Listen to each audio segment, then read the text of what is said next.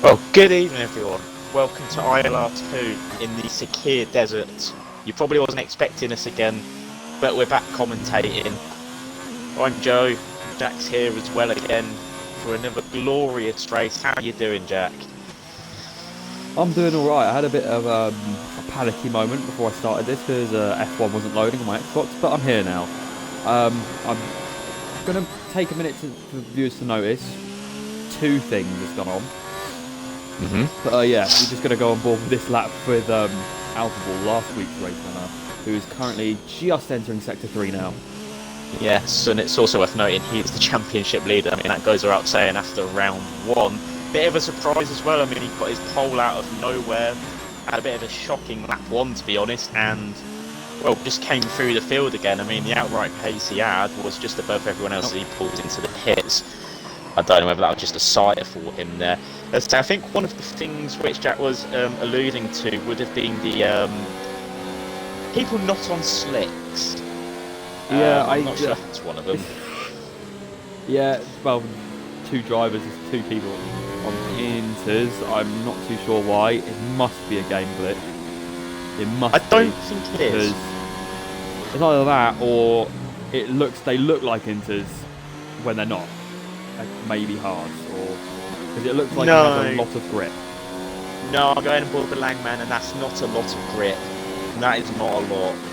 So I'm not sure what the thought process is. Maybe they're doing laps to not be last. Maybe I've done it the odd time before. I mean, I know on games such as 2016 where you'd only qualify in the middle tyre, a lot of people did go on the intermediates. Sounds strange, but in a drive-through session of George, that's the fastest lap at a 29.1 on the hards. Yeah, it was a really common strategy, funnily enough, in 2016. So whether it translates into this game, maybe. I don't know if the soft tyres are useless round here. Again, I'm not sure of the strategy. I'm not sure if you are. But yeah, a lot of people going out on hard suggest to me that the mediums are probably going to be the go-to tyre for qualifying here tonight. Yeah, Hayden did a very good save going through that quick chicane through Sector 2. Small snap of oversteer over the curb as well. Did well to avoid spinning, which happens quite a lot through there, and they hit the wall on the opposite side of the track. But with the amount of runoff at Bahrain, similar to tracks like, well, not as bad as France, because no one will ever hit the wall at France. You've got about 3 kilometres of runoff either side of you. No, except from Lance Stroll that year. He found a barrier. So good. He's so good. He's the best driver. Anyway, as Midzi... No, that's Danny M7 who's just got up to P3, I think that is. And you see times are tumbling as we go through the session, because I'm pretty sure they've enhanced the track evolution this year in the sense that the fastest times will come at the end. Yeah, unless it rains, of course, which I don't think is going to be a problem here. Because Aaron's unfortunately like that. Hopefully he can get back in the session with just under 12 minutes remaining. Yeah, I'm expecting a dry race. I don't know about everyone else, but I don't think we're going to get rain, unfortunately. As I say, we didn't have mixed conditions the last time out in Australia, but we did have actually a very good race.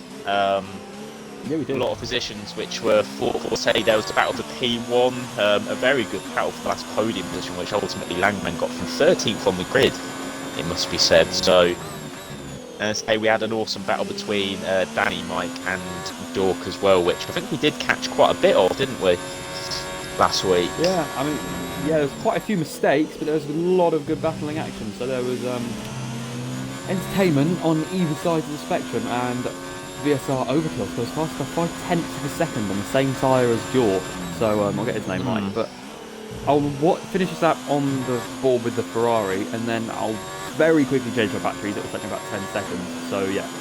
Oh, it's going to cut out. Oh dear, he missed. He goes within 3/10 of that as we get a yellow in sector. Is that just the car getting out of the way? It probably is. I can't imagine someone's really spun too much, as Aaron thankfully has joined again. Yeah, but this is a funny... You know, there's a lot of runoff area. You wouldn't expect many crashes or anything, but the curbs are deadly round there. You know, you've got turn 9 and 10, which it's really one corner now with these cars, but it's a very tricky brake zone. As Jork actually goes quickest again. I think that track evolution, which Jack was alluding to, sort of coming into play, maybe lighter fuel loads on some of these cars as well, which are going around setting a few laps at a time. As Appleball actually goes quickest by 1.5 seconds, but albeit on the soft tyre, so he maybe doesn't think the mediums is the one to go, and going for the softs, maybe getting that track position is the way for him. Of course, last time out pole sitter and race winner. Going through the field now. Those soft tyres are than the hard. 1.5 seconds a lap, and you don't even know yet. That might not even be the perfect lap that he can do, so he might be able to even quicker. And as Pelleria, he hasn't been able to string a lap together yet. He's just gone for a second flyer in a row, but I wouldn't be surprised if this is also invalidated, because he did go a bit wide. I think it was through turn 3, just cut a bit of the inside curb.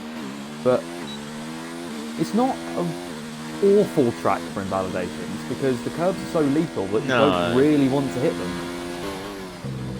Yeah, you're right. I mean, you can get away with running wide at a few corners. I mean, I don't know if you're on board with Palsbury still, but this next right-hander coming up, you can run very wide, not get punished and carry a lot of speed through as he sort of misses the apex there. I'm not sure really what's been going on there. Yeah, you can get away with a lot of things on this track, slower, potentially half spinning, you know. Don't, you know, expect the odd 1 or 2 people to be caught out by that, especially if you're battling, because this is an awesome track for just out and out racing. You know, the long straights, the sort of point and squirt corners, it does make for a good mix of racing. I think we're going to be in for a treat tonight, aren't we? Yeah, I always think the tracks that are a bit of a pain in the arse to drive normally make for the best races, because you see the most mistakes, you see most people be able to catch up with others. You normally get quite a tight pack in this, so prepared to see lots of overtakes, if not as many crashes as Australia, because, well, the walls are a lot further away. Yeah, I'd say Australia is a straight track as well. Not sure what you're ruling out. What's going on there? Nathan Aitken did a very big save out of the penultimate corner. Yeah, just ignore it. Carry on. That's fine. So Drag's gone quickest of the hard runners there, just while she was talking, 28.4. But yeah, it's not a track which it's fairly unassuming, because you just don't expect too much from it. Just looking at the layout, you know, you just think, oh, it's a little bit boring, what have you. But for some reason, whatever since they changed it to a night race as a bike goes by, hope you can all enjoy that. Yeah, ever since it turned to a night race, it's just been awesome races, and the track layout never really changed apart from 2010. I don't know what you was doing FIA. Well, the 2010 layout was just terrible in every way, shape and form. So yeah, it was awful. But we'll never forget Sutil topped FP1 that year. Fun fact. He led the first ever session in 2010, the first proper session. So yeah, I know, what a hero. So yeah, it's always been a good track for racing, to say, just due to the nature of the track. No, it's really difficult to pull away, and I think this game in particular, Slipstream with DRS, is extremely powerful. So if you say you expect a tight pack, and also if the pace is that close, you're only going to be able to pull away if the 2 people behind you have a battle, have a collision, you know, mistakes are made. So there is a potential for there's not going to be a runaway lead. It's going to be very unlikely, I think, today. Yeah. Pretty much everybody, apart from Gohan and Alphaville, has set laps on the hards. So I remember in the last game, the 1-stop round here was so superior to the 2-stop. The 2-stop would lose a pit stop out and out and probably finish 30 seconds behind, because the gap between the tyres wasn't very big at all. But from what I'm seeing at the moment, that might change, because there's still a 1.3 second gap, make that a 1 second gap, as Aaron Daslow goes second in the Red Bull. So if there's a second gap, that could make the 2-stop a bit more viable, but I'm still not holding out for it. No, and it's one of the longer pit lanes. Of course, they're doing over 200 miles an hour down the main straight, so you're losing a lot of time. And as you say, I don't think the soft tyres are that good around here to do degrade very quickly. It is quite a hard track on tyre wear. They say that rear tyres do take quite a bit of punishment, and the 1-stop, especially in the last couple of games, has been quite limited. I've seen many a punctures round here, and I wouldn't be surprised to see people being very marginal on tyres again this week. Yeah, nice to see as I go on board with Alpha that Codemaster still haven't fixed the engine sound glitch. It's the Ferrari engine in the back of that Alpha's screaming its nuts off. Yeah, as he goes through turns 9 and 10 at the moment, I'm not going on board with him. Just to make it a bit more pleasant to watch anyway as he goes down the back straight. He has activated DRS. It was a bit confusing then. I thought he came out of his lap, but as he goes just before the end of Sector 2, I'm not too sure if this is a good lap or not yet. I haven't seen any of the deltas. It's a 105. He is up on his old time, but only by about half a tenth. There's only really 2 corners in the last sector, but he could lose all of it. He could gain maybe a few tenths. I'm not too sure how good his lap was the first time round, but the last 2 corners have looked solid so far. No lock-ups, no sudden snaps of oversteer. Run up to the line, 6th gear, and he goes back into the pits again. He's obviously not happy with that, or he invalidated it, and LCR Bwomson comes in as well in P12 in the Toro Rosso. Yeah, just being on board there, as I say, he was up but only fractionally, and looking at the time left with 4 minutes, if he had completed that lap, tried to do an in lap, I don't think he would have had enough time to get round. So banking it all on his last lap, I mean, he does have that banker time there on provisional pole, albeit 2 greats off the tyres, so not a surprise to see him coming as Mulder has joined. Did he lag out? I think he might just have been late joining. I didn't see him in the lobby beforehand, so it's good to see he's joined them. Unfortunately, he'll have to start at the back of the grid. Whether he can load a setup or not as well is going to be a different problem. Now, we've seen a few people go out on track, and all of them on the medium tyre. You've got Hayden, Danny, Smasher, Jork, and a lot of others now leaving the pit lane. It's all getting very busy in the last few minutes. And so I'm not sure if they're going to be able to do 2 flying laps on these tyres. I think they will go for 2 flying laps. They definitely have enough time to, as I say. I think the yellow flags will just be people going quite slowly. Yeah, so they'll yeah, probably have to fix themselves before Danny comes through, because he's just going through the last corner now. Yeah, and Danny might have the issue of traffic as he does start his flying lap in. You may as well stay on board with him. Yeah, you can still see traffic coming out the pit, so since I tried to do it last time, why don't you do the onboard lap this time? Yeah, we'll have a go, as I say, a very smooth run through turns 1, 2 and 3 is just flat out over the curb, activating DRS here. See how much traffic he gets through sector 3. 3rd gear into turn 4, now looking it onto the apex and getting us over still on the exit. That was a bit leery there. Just keeping it in 5th and changing that to 4th there for the fast left, right, and into the hairpins now, where you can lose a lot of time, not really gain it. 1st gear getting that weight on the front axle, and there is the traffic coming into 9 and 10, not where you want to see it if you're Danny. 9 and 10, which is now effectively 1 braking zone, down into 1st, getting that car turned in and the DRS open. And imagine max deployment as well as a couple of cars getting out of the way, thankfully.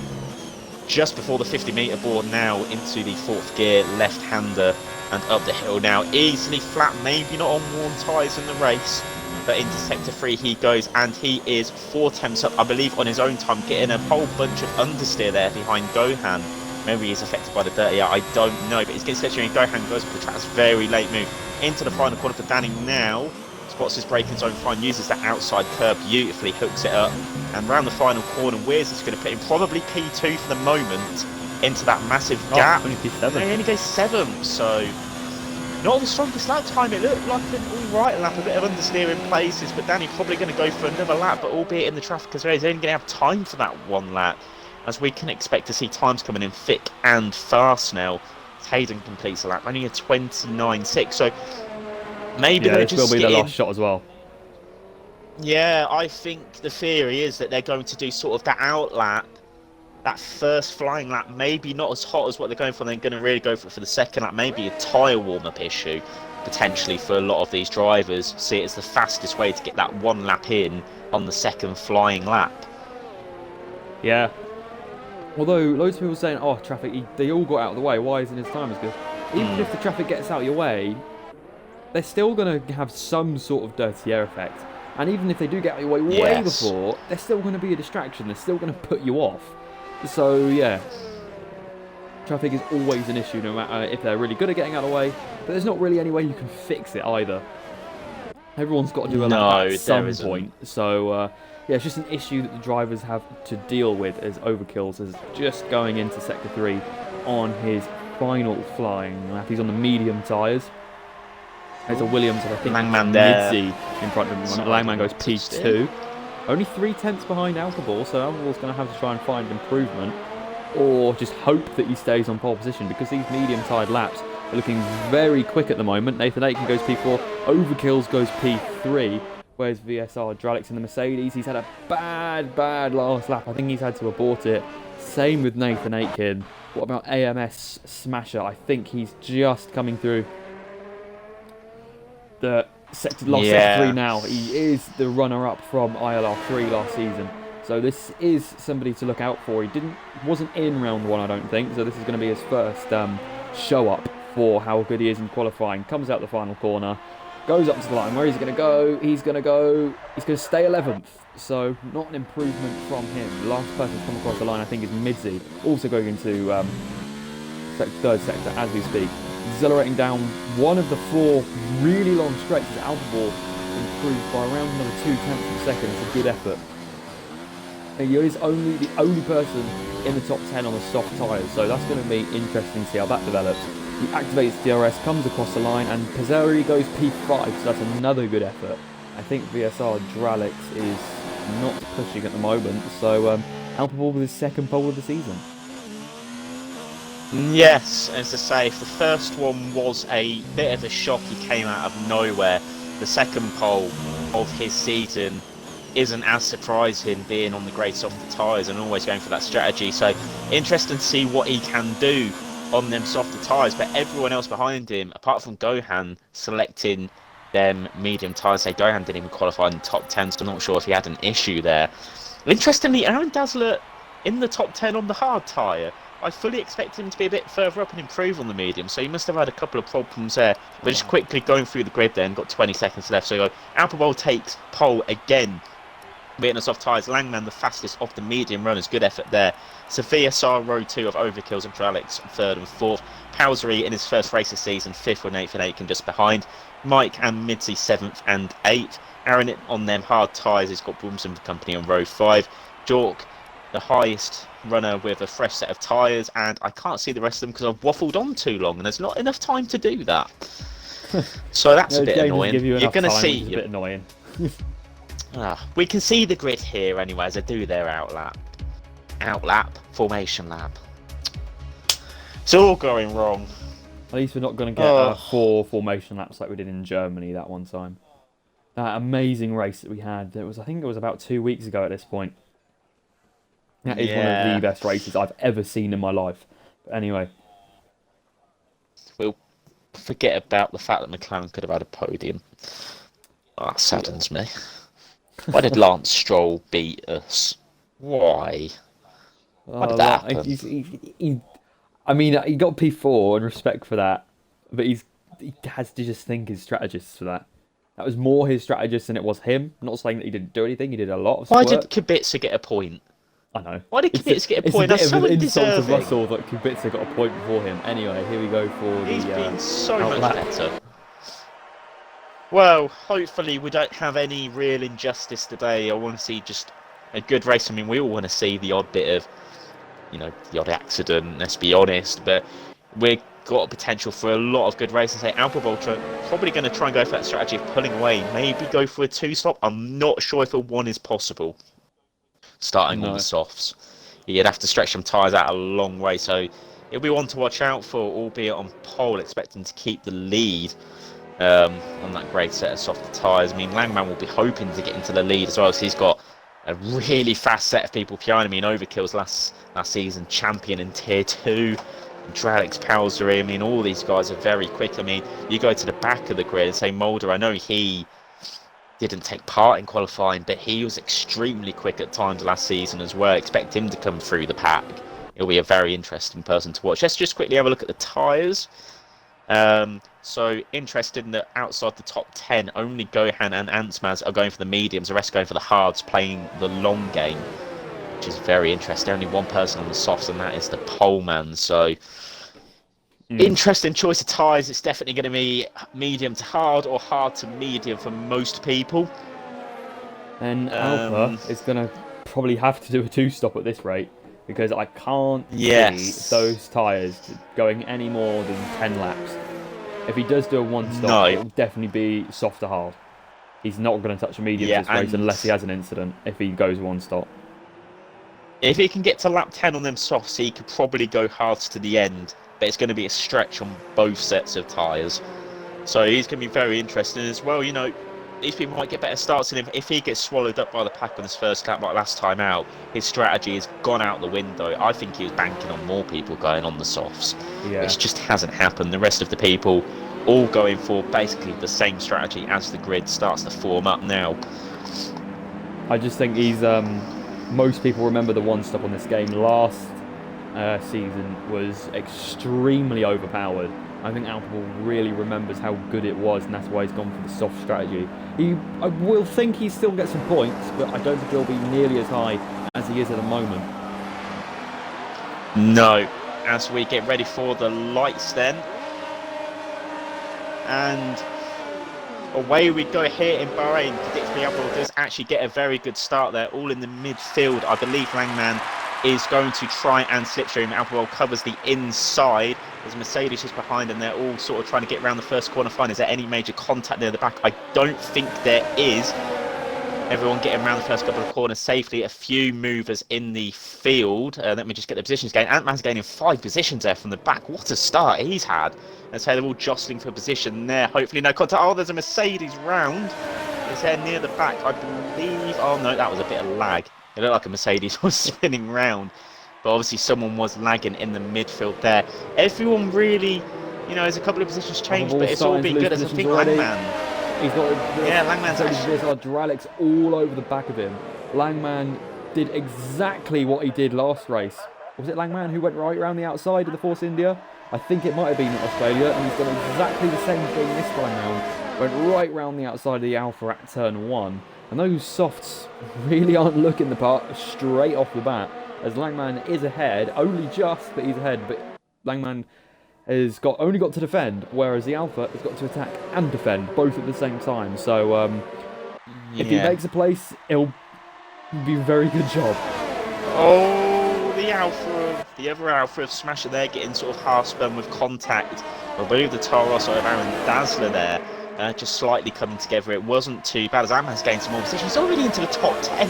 He's 17th on the grid. He's had an absolute mad first lap. So is Alphaball going to attack into turn 1? He's definitely close enough to have a go there.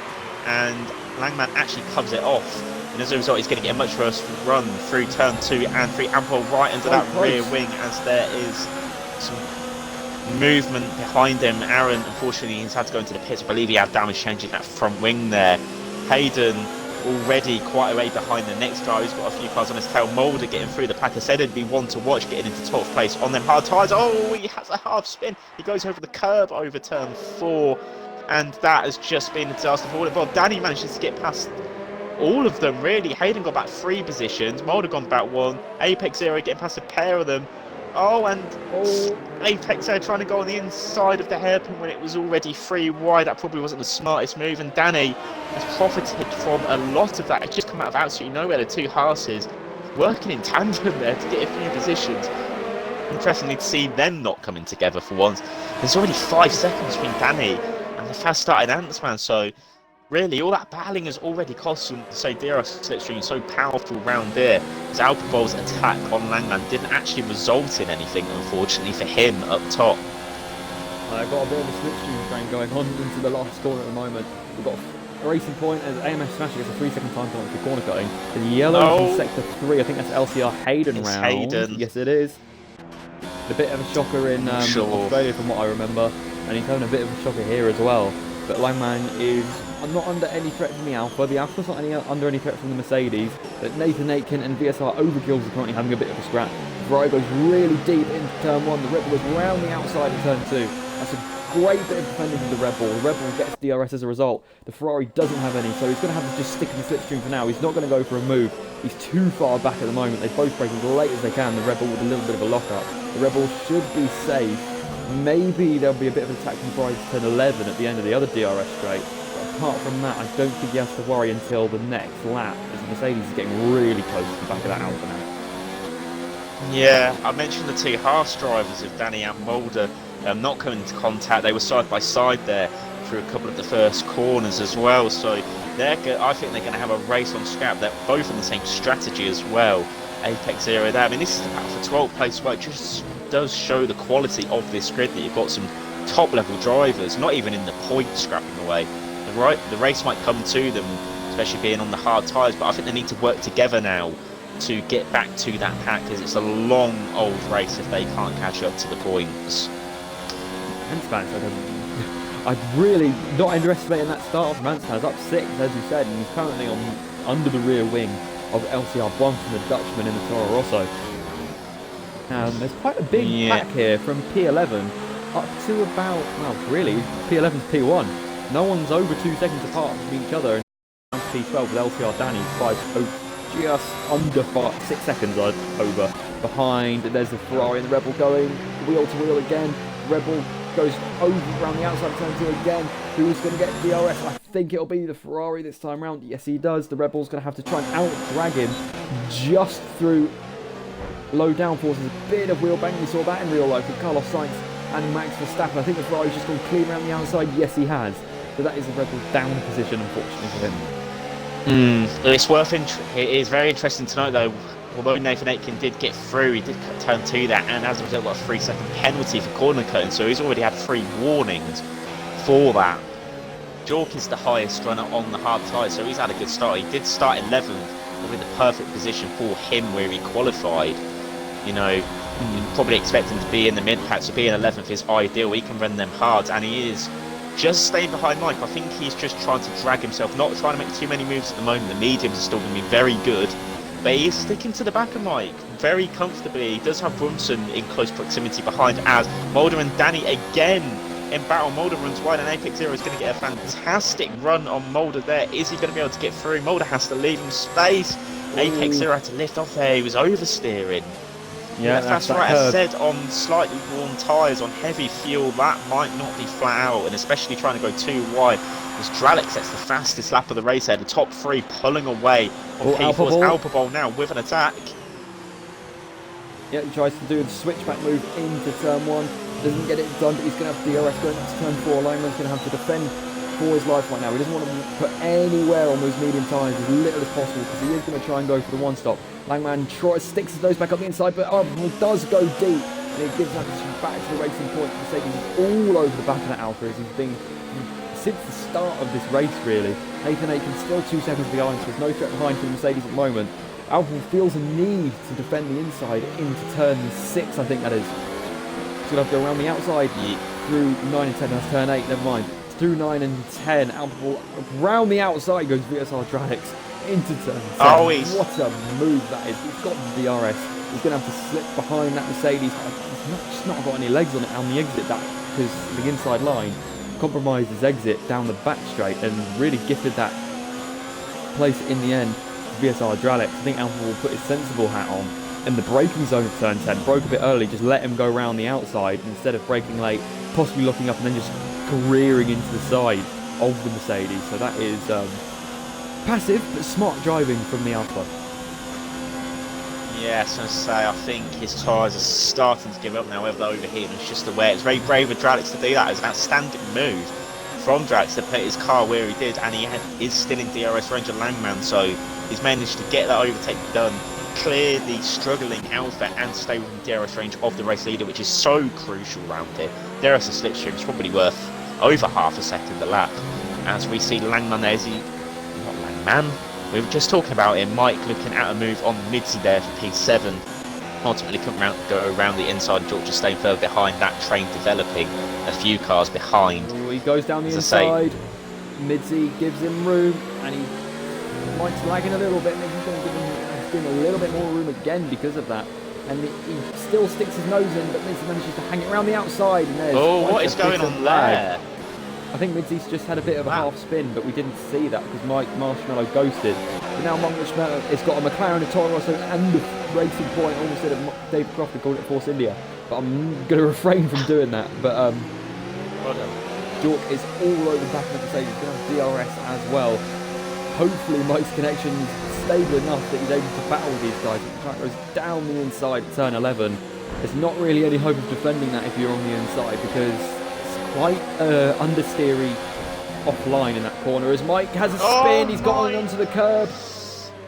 Oh, that could have been disastrous to any cars just behind him. They all did very well to avoid the spinning Mercedes there. As I said, that is it's tricky corner. Relatively easily. Mulder's looking at this. Is Danny going to help his teammate out? He hasn't really got any means to at the moment. He just sort of, as Mike Marshmallow has gone into AI, I think his connection's starting to give up on him a little bit.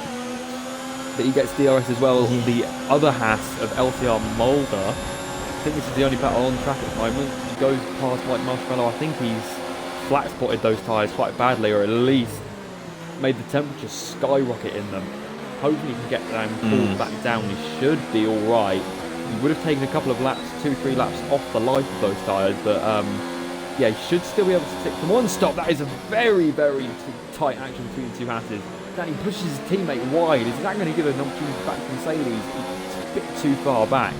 But that was Grosjean and Magnussen-esque.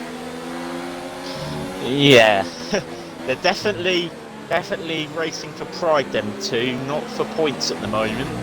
But yeah, Mike, just that mistake there, as I say, his tyres, he's got to get them back down to temperature. They've probably gone past the operating window now. Hopefully he can get that back under control. Hopefully his connection sort itself out as well. We don't want to see connection take someone out of this race.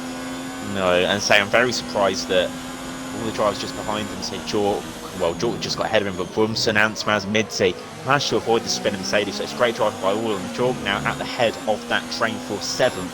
Brumson probably just going to make a move on the main straight, but this is sort of the time now where them hard tyres are probably going to be slightly quicker than the medium, so I don't think Jork will probably want to give up that P7 too easily. I think he knows. He's just going to let him go past for the moment unless he's able to hang it around the outside.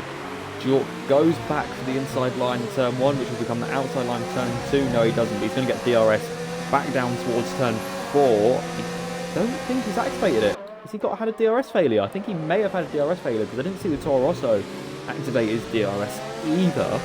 So Jork's going to have to make the best of that McLaren for the moment. He hasn't got DRS. That normally solves itself within a couple of laps or so he should get it back in a second. It's a bit like a gearbox problem. If you get one in career mode, Bomstead locks up that right front tyre but gets away with it. Jork a bit too far back to capitalise on that. But as we're looking at this, Nathan Aitken has reduced that gap to Alphaball again. So it's a train of the top 6 cars, and well, there's 6 different cars in the top 6 at the moment, and they're all in a relatively tight train. It's interesting that. Oh, Nathan, no. I was wondering why he was lifting there. He looked slow. And, oh dear, he meant me. I take no responsibility for given up the ghost. Ah, Ferrari breaking down in Bahrain. What a shocker. Alphaball's in. So those softs did lost a longer time than I thought they would. I said no longer than 10 laps. He's come in on lap 9, so it'll be interesting what tyres he's going to go on. Is he going to go on the hards? Yes, he is. Is he going to be able to make those last? I mean, if he's made the softs last, what is actually probably around 12 laps, because he did qualifying on them as well. Is he going to be able to make the hards last 20? I'm looking at the pit lane. There's a big scrap going on for the last point of the race. Mike Marshmallow goes round the outside of the Haas. Mike Marshmallow tries to come back alive. He's got on the better of both Haas drivers. As Mike Mulder pushes the Haas right over to the edge of the track, and he gets a big tank snapper. But I think he's lost quite a bit of his wing. Aero goes into the back of the Mercedes as well. That was probably the most clumsy driving we've seen so far this race. As Apple's going to be rubbing his hands together. That's one less overtake he's probably going to have to make. Apex Aero's going to have to come in. He's damaged his front wing. Mike Marshmallow loses those 2 positions once again to the Haas drivers. Nathan Aitken's getting past yet again. His AI car not doing him justice as Minty goes around the outside. Yeah, that was definitely very naughty there between Mike and I believe it was Mulder. I say all the time you have to leave a space. Yeah, that that is classic the line at that classic part of the track. And I was just about to say that. I think there's going to be a steward's inquiry on that one. As I say, we did have in the midst of that as well. You mentioned Alcohol coming into the pits. He's going to have to do 21 laps on them tyres. It's going to be struggling. He's going to struggle towards the end, definitely. I mean, all these guys are going to struggle. Interestingly, none of the medium runners actually reacting to that stop, so they're going to probably continue to around lap 12, lap 13, maybe, lap 11. I don't expect. Maybe someone will come in this lap, but I expect the optimum strategy, to get my words out, to be around lap 12, lap 13 for the medium runners. As I say, people on the hards, 16, 17, what's around that? I say Apex Zero has to come to the pits, and double whammy for him. He was on the hard, so he has to bolt on a set of mediums, which are just not going to get him to the end. So he's praying for a safety car now. That's all he's going to be praying for. Well, I've never seen the safety car in this game. I haven't seen it yet. It's just you have to have an absolute collision for the safety car to come out, because it's missing. We need to put posters up to try and find the safety car, but yeah. There's a reward for someone who can find the Minelander. Closest 2 cars at the moment are the 2 Hatties and P1 and P2, although P2 is that ghost car of Gohan about to help out Langman and give him DRS. I tell you what, it is not. Not going to get a DRS. No, he didn't get not DRS. In a safe spot. That Mercedes is closing to go for inside.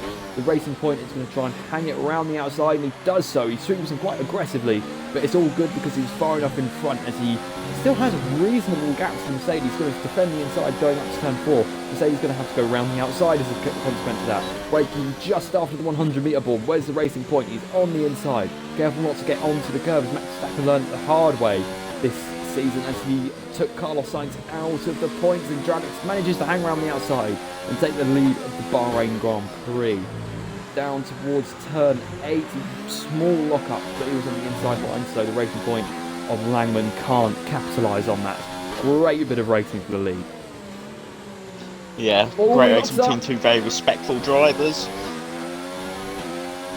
And, well, Dragix with that mistake now, I say it's given Langman the initiative to get back past. As I say, I think these 2 will be swapping positions all race. I don't think they're going to be able to pull away from one another. It depends when they pit as well. Is one of them going to try and go for the undercut in this lap, or is it even going to be an undercut? Because them hard tyres, I believe, are going to be quite hard to heat up. So if you stay at that lap longer, you might even get an overcut, albeit on cold tyres when you come out.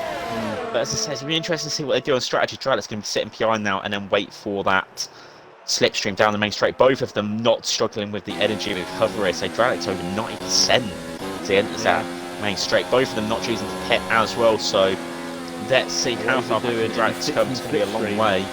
He sits in the slipstream, turns it all the way down, turns his battery off, and then in the accelerating zone, he didn't even put it onto the accelerating zone, surprisingly. But yeah, as you were saying, when you come into the pits, it's going to be a question of when are the mediums going to hit the cliff, and how long are the hards going to take to warm up? And whichever way it swings is going to dictate whether they get the overcut or undercut, because I would, whatever happens, try and pit on opposite laps. If you pit on the same lap, it's going to remain the same order, so you may as well have a chance of swapping those positions. Even if at the end of it you end up 3 seconds behind the other, you still had a go. Yeah, I tell you, every time Mulder and Downey go into any braking zone, anywhere near whichever, I'm wincing.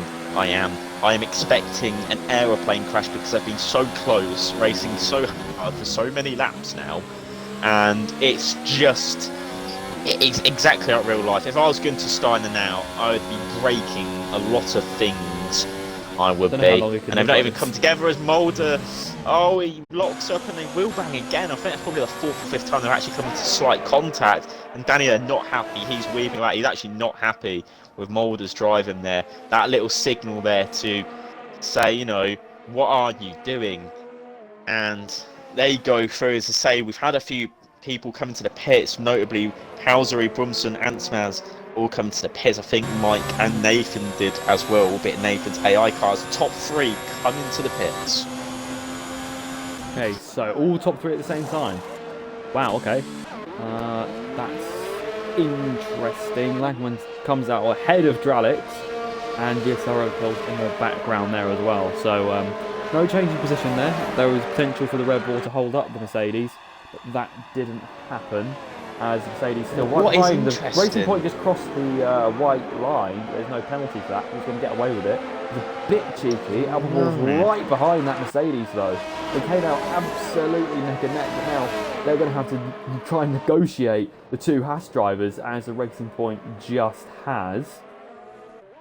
Oh, he's got past Danny, who just let him by, and I think it's either Danny's letting him by because he knows Langman will be a lot quicker, or he's letting by to try and disturb Mulder and get potentially by him. It's one of the 2. But what this will allow is Jork, who has taken the race lead. I know he's not stopped yet, but he's going to be out there just setting his own pace on them Langman tyres and come through the pack on the mediums late in the race. So yeah, Langman.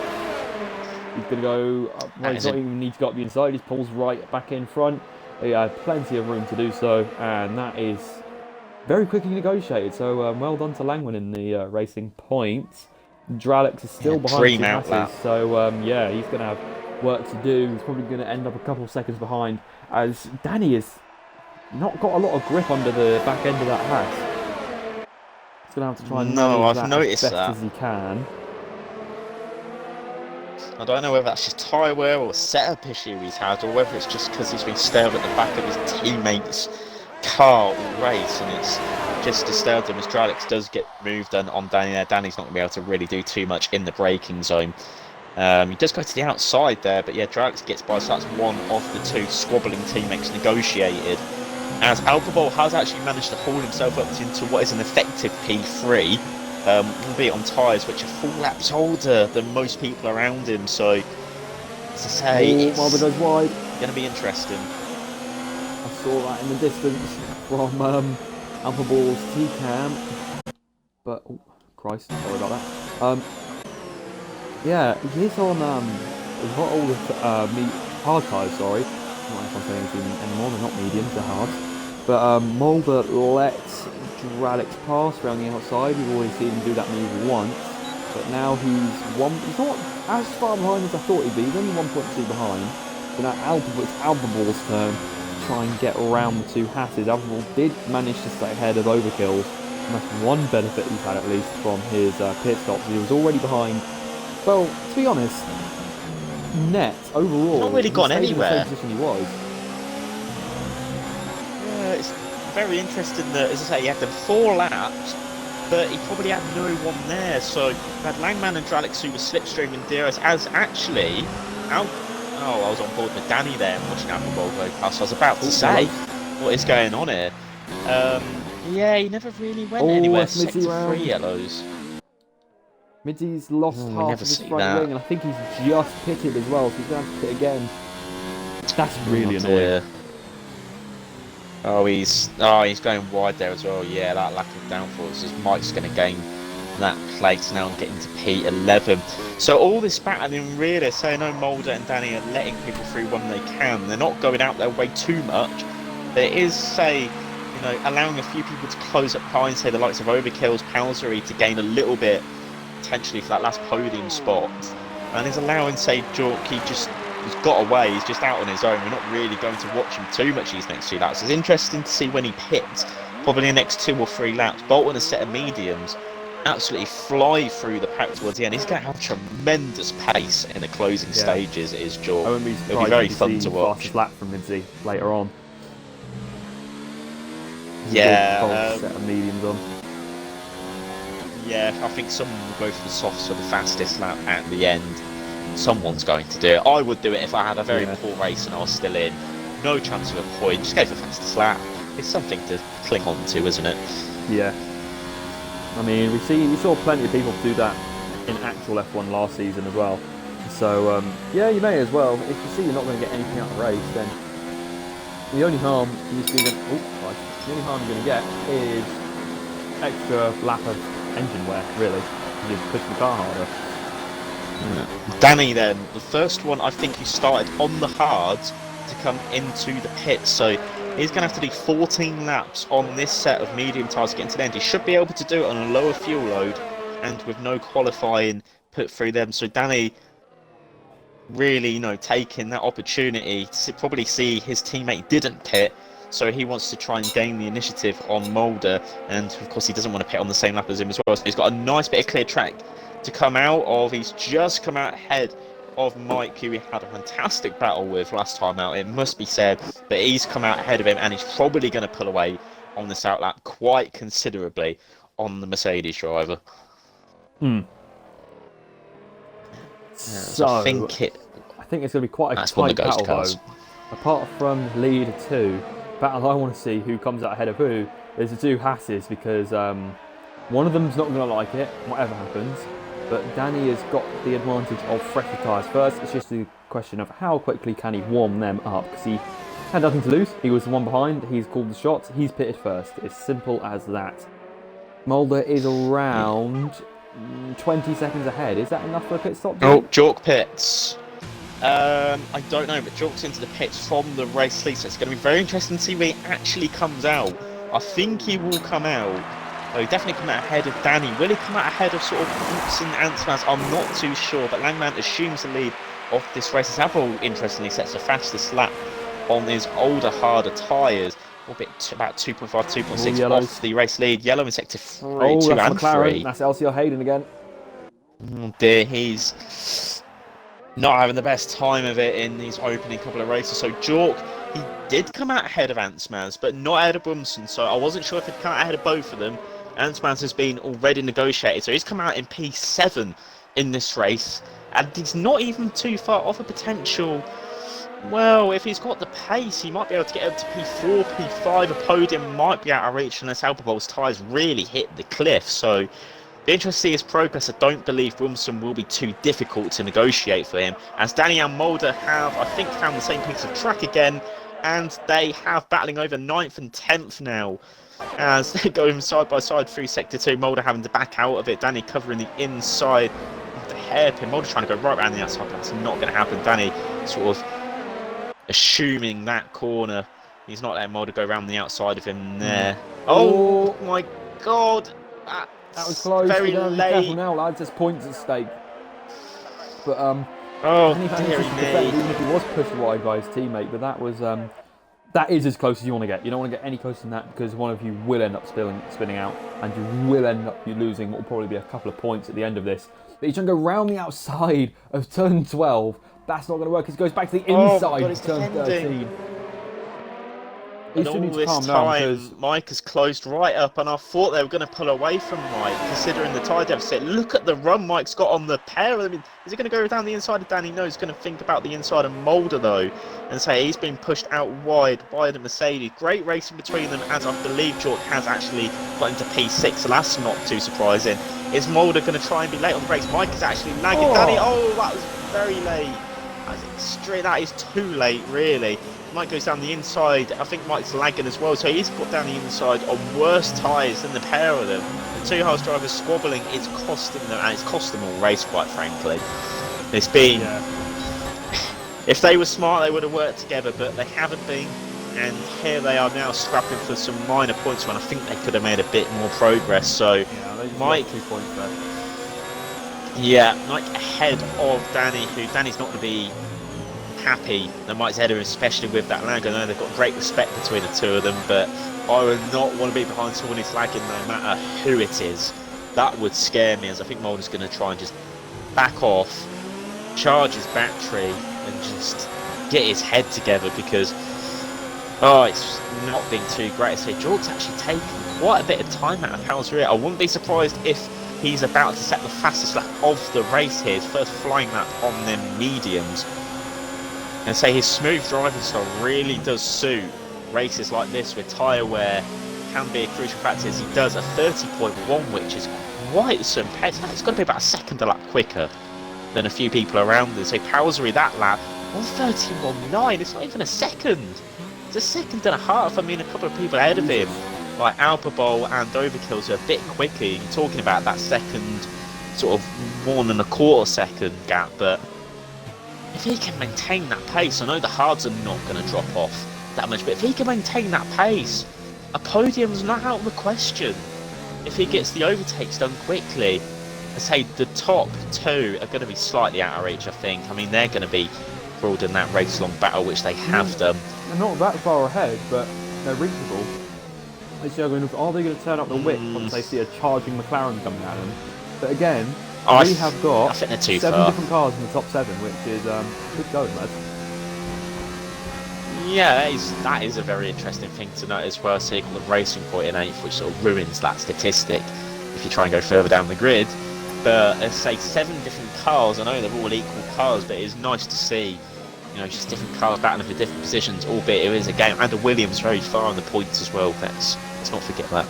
But Langman tried to break the slipstream there of Dralix. I think Dralix, as I say, just doing that thing, he's just sitting behind, not really troubling Langman, maybe looking after his sides. He's going to think about a move down the inside into turn 1. Langman leaves in the room knowing he can hang it around the outside. Dralix really coming a bit too late there, as Jork actually does get past Palsbury even before they get into the braking zone. So the superior grip and that outstanding first stint of Jork has allowed him to get in a position where he is now 4.5 seconds to Overkill. So I think it's going to be a bit of a harder task to catch. Overkill's looking a bit quicker than the cars that Jork's negotiated, but that gap definitely will come down as Danny gets past Mike now, and I think Mulder will try and get him into the run of turn 4, but I think he might be a bit too far back. So for the first time in this race, apart from when they pitted, there's a bit of a breathing gap between the two Haas drivers, which is probably good for, you know, them involved, as Mulder actually goes very wide there, locking up that front and right. Apex Zero getting a penalty. Is he back in the race?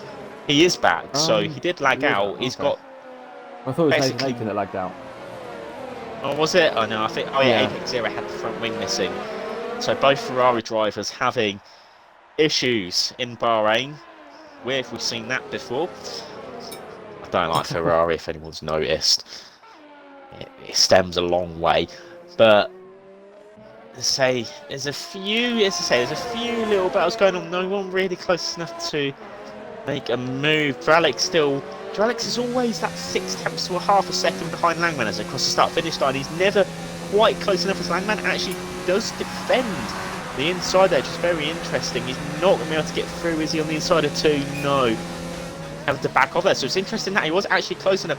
Langman just about leaving enough for him on the inside, as Dralix is actually going to make a move for the lead of the race on the inside of 4. Langman going to try and hang it around the outside, but Dralix got that move done, so I thought he was too far back.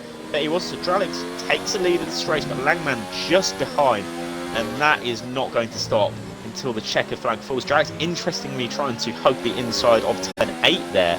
I didn't feel like he needed to defend, but I say this is a lap-long battle, race-long battle. Dralix lagging a little bit as well. Maybe that's putting Langman off, as Dralix does run a little bit wide there as well.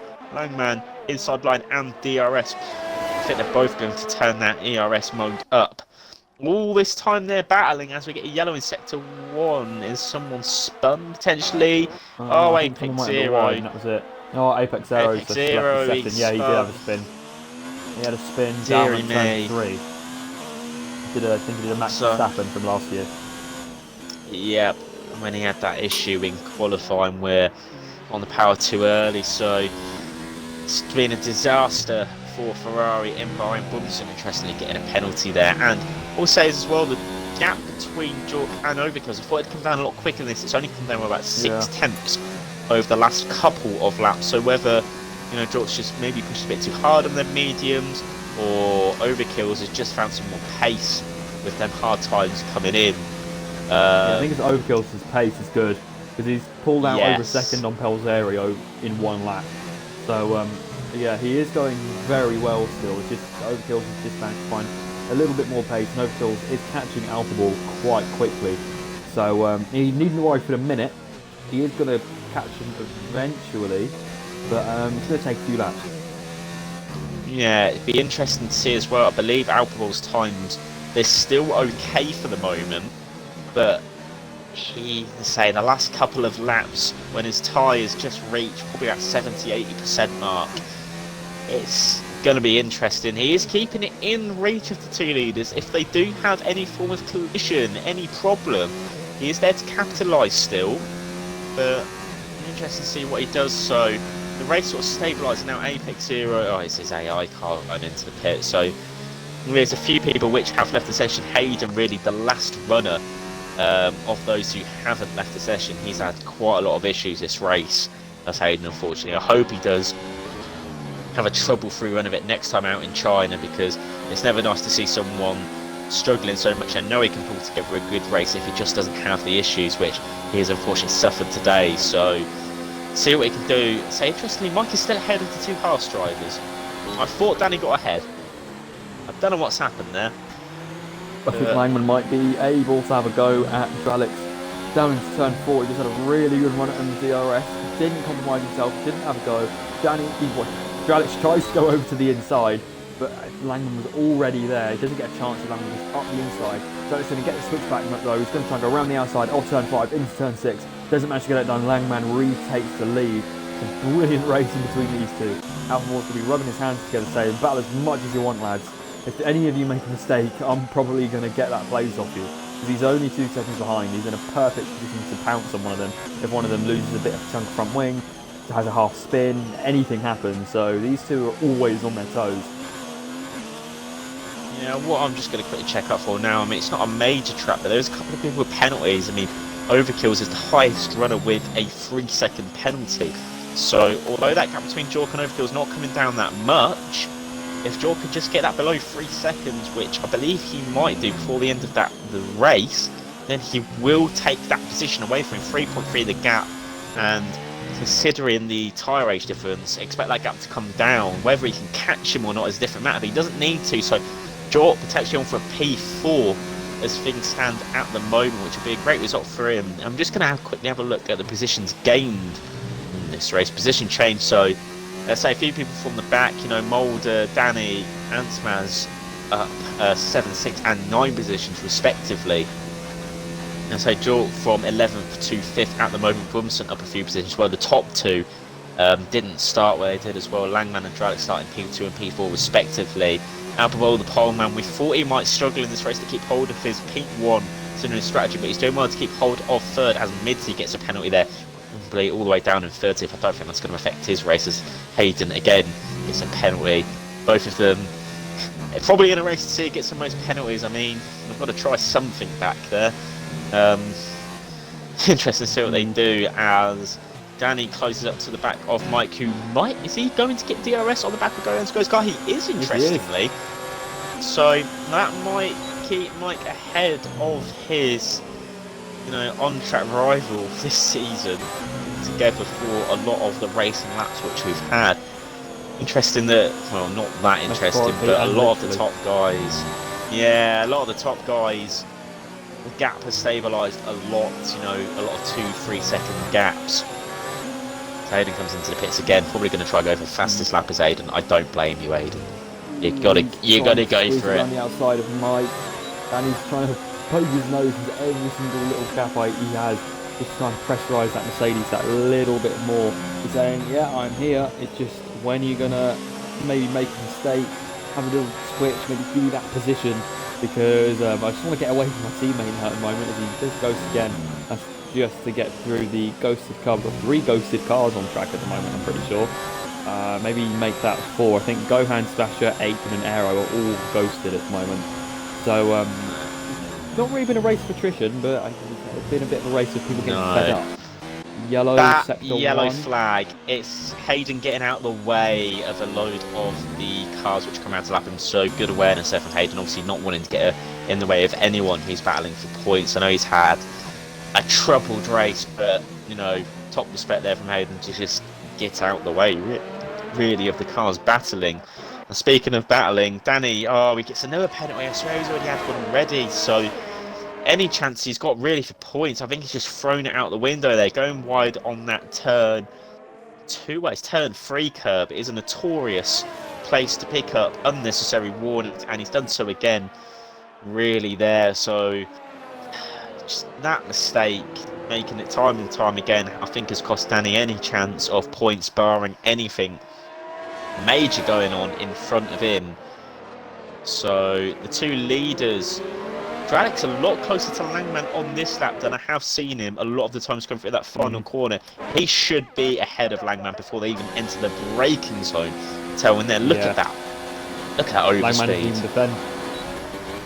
No, he's got a car. Try and wait for a switch back. Yes, he does. He does try it. He's going to try to go around the outside. Doesn't do it. Switches back again. He's going to switch back again, try and get the inside. No, he's not. Drax does not have DRS. He's going to just try and out and drag him down towards turn 4. He's going to try and go around the outside. There's marbles out. He's going to maybe pick up a bit of unslip. No, he doesn't. He drives clean round the outside of Mercedes. What a great move. He tries to dive back up the inside into turn 6. Wisely thought better of it, because that would have ended up with both cars off track, probably. Yeah, we don't really want to see that now, especially this late in the race between the two leaders. They've had a fantastic battle all race, very respectful between the two of them. Some great moves as well. Who's going to come out on top? I don't know. I mean, it's too close to call. I mean, Langman does lead at the moment, but they seem to be able to pass each other near enough every single lap. And speaking of passing each other near enough every single lap, Danny has got on the inside of Mike through turn 4 there, and he has got that move done. So Danny, hoping to pull away from Mike. He's hoping that finally he can break free and just get a clean run of it, hopefully extend that gap he has, and potentially get a point if he can get a gap to Mike and Mulder as well, his teammate. So Dralek sticking behind Langman, say following a car around there isn't too difficult, and Dralek and Langman have demonstrated this all race, as again Dralek is going to go to the inside here. Is he going to be able to stop it in time and not allow Langman to get that running in as he has done the last lap? I think Dralek has done a much better job. Effectively this time. Yeah, he's still going to get DRS and Langman slipstream, so what's he going to do about it? Goes to the inside slightly, doesn't deviate too much from the racing line, but Langman now behind again. There is only 2.5 laps left, so this might get a bit violent. Hopefully not, but it may get a bit violent, so just be prepared for that in the last couple laps. As you see, Aiden and Apex Aeros AI has come on for a bit of a feeble attempt at fastest lap, which I don't think is going to come into anything. But yeah, Alpha Ball is still in contention, but he's only if one of these two make a mistake. What's interesting is that 3-car scrap for 9th, which has been going as Mulder goes around the inside of Mike. Is he going to get that move done? I don't know. It's now a 4-car scrap because Aaron Dassler, who had that front wing change on lap 1, I think he went into a set of mediums and now to a set of hards. He's caught right back up and he's got fresher tyres, has he? He's got better tyres, I think, than a couple of the cars ahead of him. So be interesting to see if he can cut his way through the pack. It's not a great advantage he's got, but it's an advantage nevertheless. I mean, these guys have been squabbling all race. The state of their tyres, I don't even want to know, quite frankly. I don't think it'd be too bad, but, you know, hope maybe Aaron can get involved, get stuck in. He'd want a point out of this. As I say, Danny's got a couple of penalties. I'm not sure if Mike and Mulder have as well. And even if Aaron has one himself. So, interesting to see what he does. I say that gap between 4th and 5th, Jork and his fresher tyres, not come down by that much. Overkill's pace is really, you know, strengthened. Jork's not going to do much. Doesn't make it stick. He's only going to have 2 more attempts, probably at regaining that lead. He may do it. He's got to stick as much as he can to the back of that Merc now. Dralex feels a need to defend the inside into turn 8, interestingly. That's just going to give the Force India. It's not Force India, the Racing Point. He's back. Has Mulder gone round? No, it's just an insane 4-car scrap is what is happening. But for that final couple of pain points pain positions. Jesus. That was violent. It's been violent all race between the two Haas drivers as Danny aggressively defends and is going to keep that P10 on track for the moment. And if I was Langman, I'd be very happy sitting in P2 at this current second. I would want to be the car in second, going into the pit straight. Well, the pit straight entirely for the final time. Of course, they're going to round the final corner next lap. They're not going to have the entire straight. Deviate from that for a minute. Draglic's going right over to the right-hand side. He's weaving all over the place. That's legal. He's not alongside just yet. He's not blocking into the braking zone. Down the inside, the Racing Point goes. This is for the lead on the last lap. The Mercedes hangs it around the outside. Racing Point is going to try and go around the outside of turn 2. No. Draglic's covers that off very nicely. I think he may be a bit too far back to have a go into turn 4. DRS for the Racing Point. He's going to have to go a long, very long way around the outside. Draglic's has a little bit of a front right lockup. Going into turn 4, the Racing Point has a bit of a squirm on the exit. I think that may be it. I think he might have survived the last attack.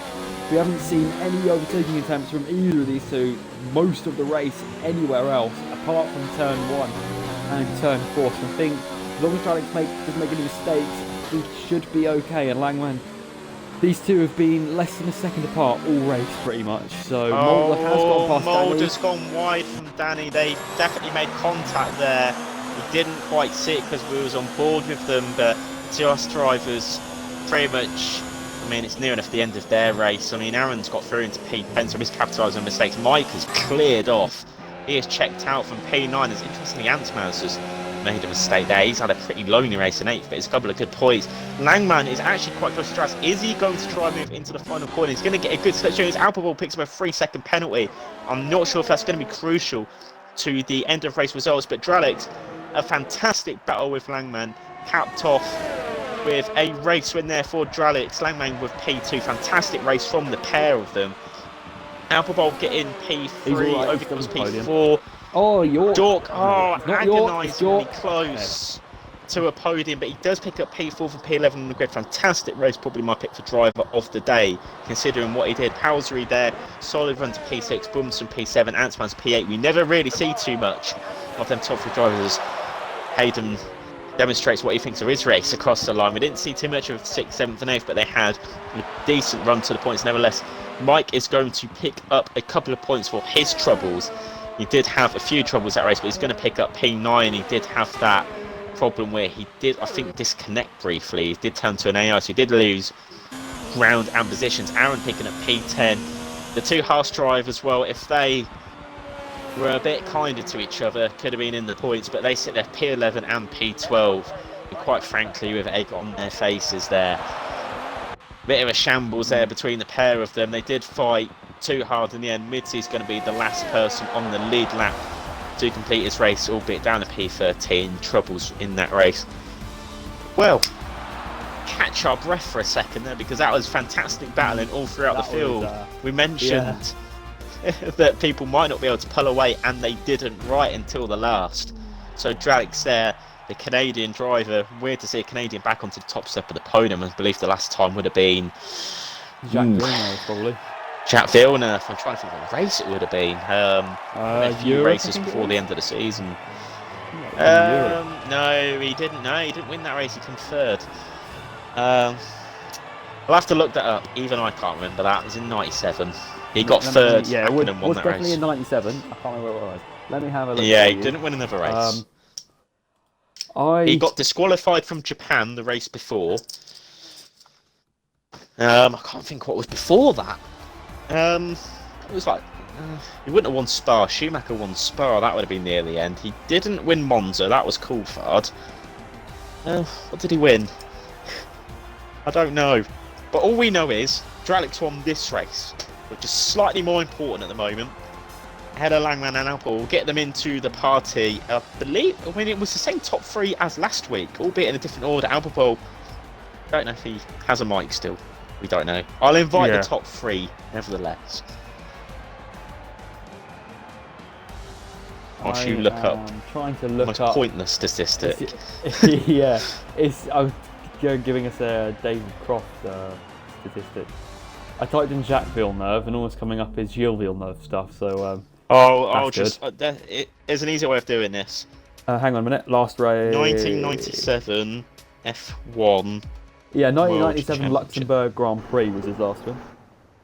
Which technically was the Nürburgring. We must stress it was in Germany.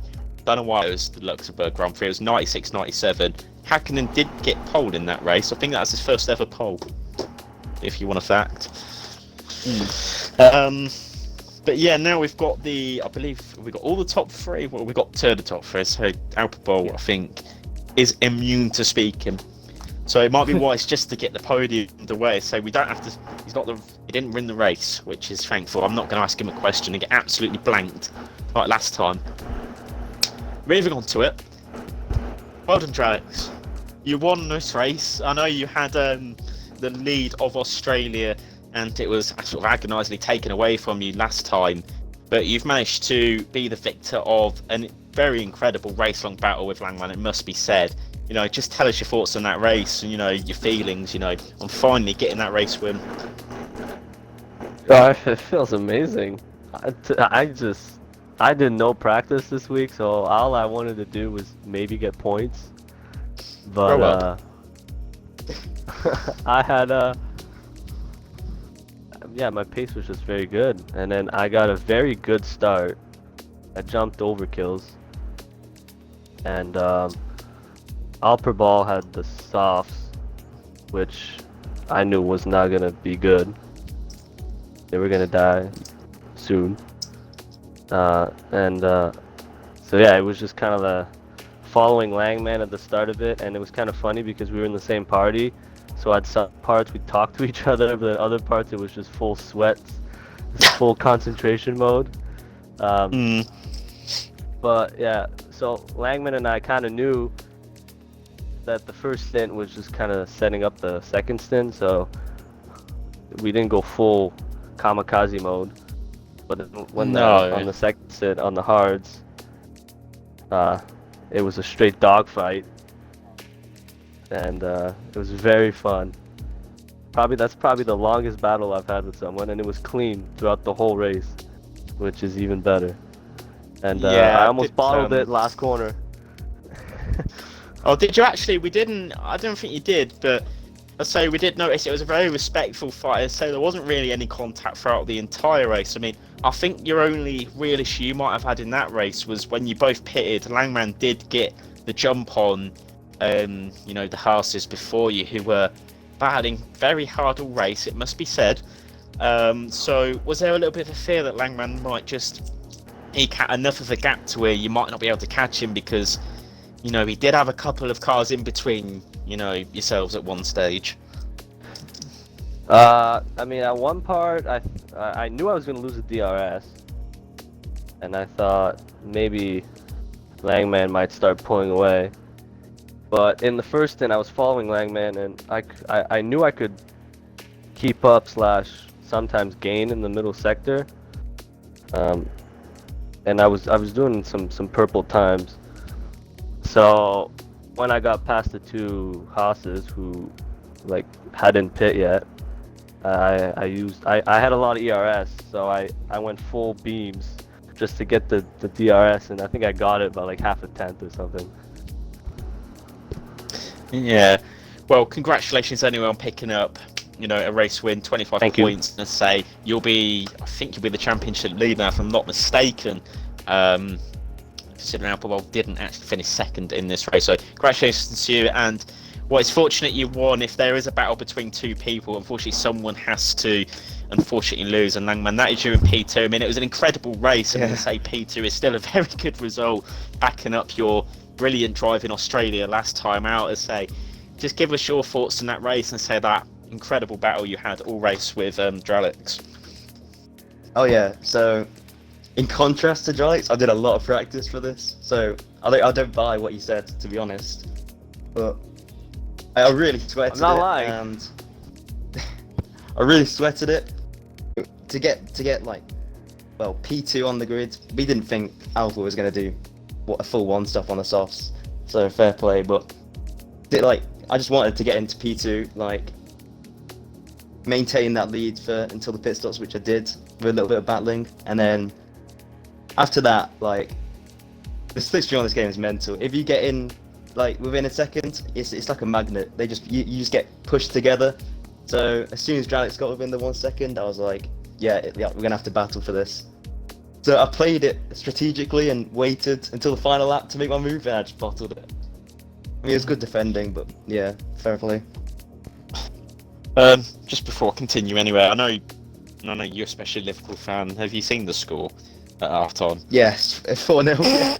Oh Wasn't it, mate? dearie me, they are Norwich. I knew this would happen with them. They are. I think I picked them to go down. I did a prediction table. Did I predict They them made to like go no down? signings. Oh, I predicted them to I come don't know. 18th. So yeah. Yeah. So anyway, it was a great race from yourself. It was great entertainment. I know, unfortunately, you did fall just short in that, but Yeah. congratulations to you anyway on a very strong race. Hopefully, you're battling out the front again next week out in China. Yeah. So third place man, Alpha Bowl. My question to you is going to be short and sweet. Do you have a mic? No. There's your answer, which is a bit disappointing, really. So yeah, if you can hear me, invest in one for next week, because you might be on the podium again and you'll have to do words, and then words will be on stream and we will hear you say them. So please do that, or at least type out a message, do something, because I feel awkward when I ask a question and you just get silenced. Very awkward. What? I don't know what will be awkward next time out either, because we weren't expecting to be here this week. Of course, you No. had Rapids and Maestro, who were meant to be here this week. Maestro's still in Montenegro. I hope you're having a lovely time, by the way. And Rapids, I'm not sure, if you work or whatever. But we're probably not going to be here next week. If you want to see us here next week, do a riot on Twitter. If you'd rather see if we us are than here them next two. weit's You've done well. you're gonna have to put up with some more terrible commentating from Igor Terrible? I'm I thought joking. we're quite good. It's not being too bad. Don't knock us. Anyway, don't knock the stream anyway, because as I say, no matter who it is, considering the race we've had today, next week in China, fantastic track for racing, fantastic track in my opinion as well. Potential for changeable weather. I think it's going to be a very entertaining race next time out. So join us, whoever it is who's going to be talking at 7:30 next week for ILR2. Is there anything you want to add, Jack, before we go off? No, not really. It's just a really great battle from the top two. I don't think they were more than a second apart the whole race. So just congrats on keeping a cool head for 29 laps. But yeah, that's going to be it from me as well. So join us next week for more great racing. Good night, everyone.